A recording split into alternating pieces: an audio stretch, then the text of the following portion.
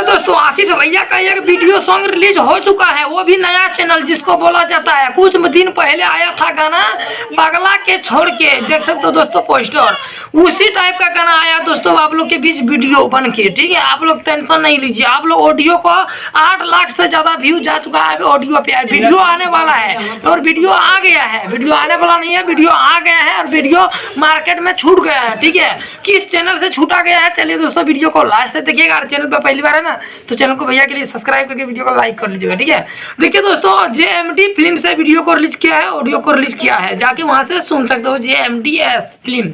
ठीक है, वहां से जाके देख सकते हो, अभी तुरंत रिलीज हुआ है दोस्तों आशीष यादव का दर्दनाक सैड सॉन्ग जिसको बोला जाता है।